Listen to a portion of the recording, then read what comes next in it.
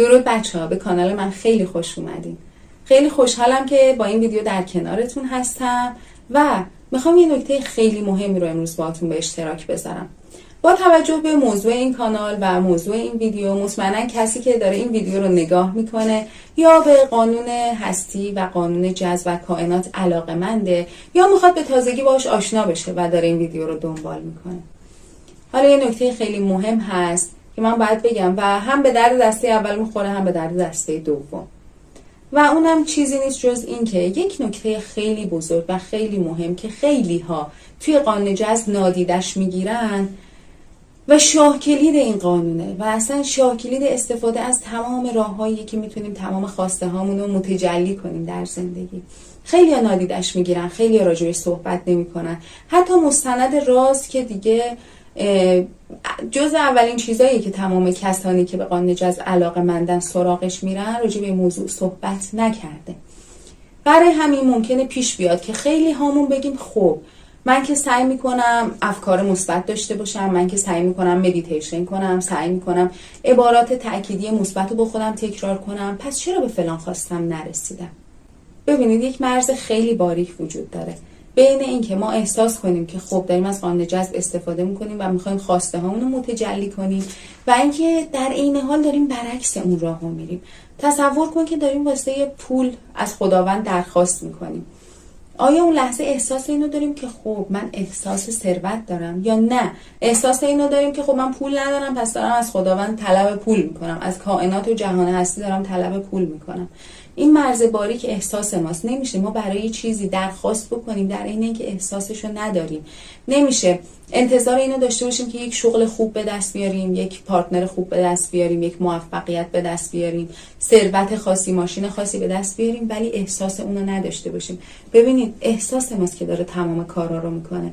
وقتی بزرگان قانون جذب توی تمام منابعشون و مطالبشون میان میگن که تصور کنین، تصور خلاق داشته باشین، شب قبل خواب اون چیزی که میخواید رو تصور کنید، برای چیه؟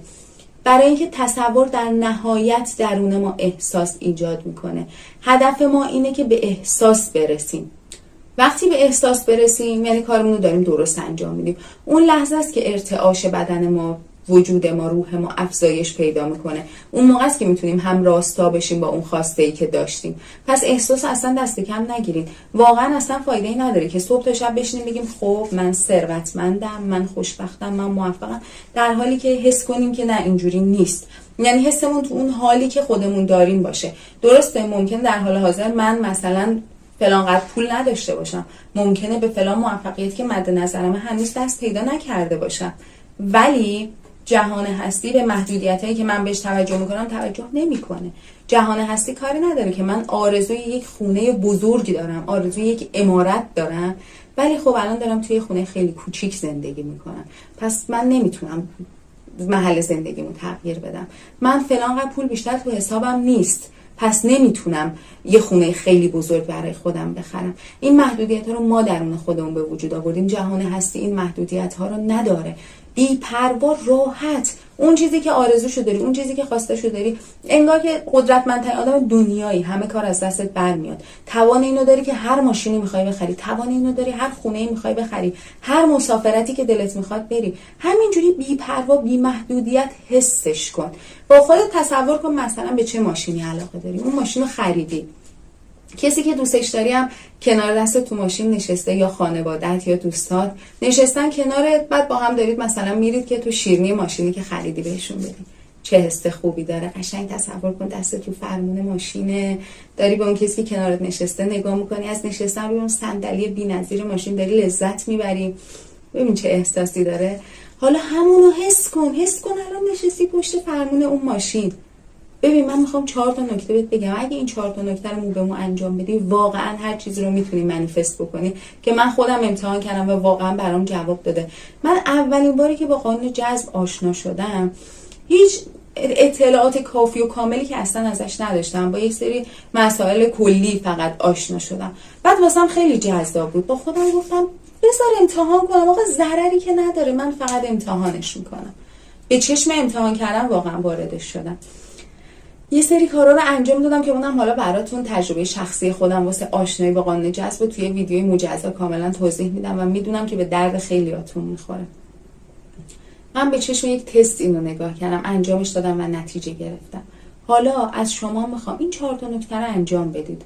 ببینید چه تغییری توی زندگیتون اتفاق میفته. حالا بریم سراغ این 4 تا نکته‌ای که گفتم.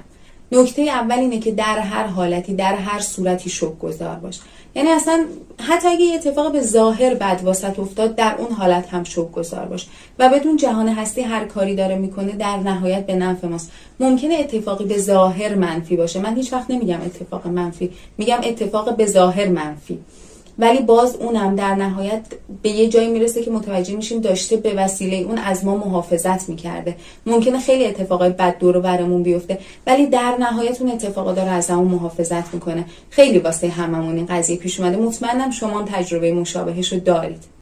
نکته دوم، حالا که شکرگزار هستی ازت میخوام خواستت رو به صورت واضح ببینی. به صورت واضح به خودت بگو چی میخوای. دلت میخواد خودت رو دست تو دست اون پارتنری که دوست داری داشته باشی ببینی. دوست داری سر اون شغلی که خیلی بهش علاقه‌مندی ببینی. دوست داری تو ماشین مورد علاقت، تو خونه مورد علاقت خودت رو ببینی. به صورت واضح اینو برای خودت مشخص کن.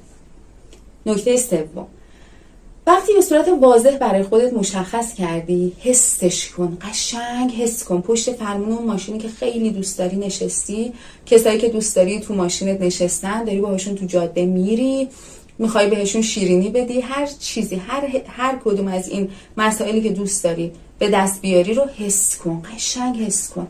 احساس کن که توی اون لحظه حاضری و اینا واقعا برات اتفاق افتاده. فکر کن مثلا میخوای فلان ماشین رو بخری، اون ماشین اگه بخری چه حسی به دست میده؟ طبیعتا خیلی خوشحال میشی. همون خوشحالی رو الان استفاده کن، همون خوشحالی رو الان درون خودت ایجاد کن. و نکته بعد، ببین، اول بی قید و شرط شکرگزار باش. نکته دوم، به صورت واضح اون چیزی که میخوای برای خودت مشخص کن. نکته سوم، حسش کن. و نکته چهارم، همه اینها رو به زمان حال و با شکرگزاری ترکیب کن. یعنی حس کن اون ماشین مورد علاقه رو داری، اون شغل مورد نظر رو به دست آوردی، اون خونه رو خریدی، قشنگ داری حسش میکنی. حالا که حسش کردی، فکر میکنی که در حال حاضر هست، داریش، داری اون لحظه رو زندگی میکنی و در همون حالت شکرگزاری کن. بگو خدای شکرت، من خیلی خوشحال و شکرگزارم که تو ماشین مورد علاقم نشستم. خدایا من خیلی خوشحال و شکرگزارم که با فلان شخص ازدواج کردم. و در نهایت میخوایم برسیم به همون نکته چهارم که به زمان حال و به حالت شکرگزاری داریم. ترکیب تمام این 4 تا نکته چکیدش میشه اون آخری.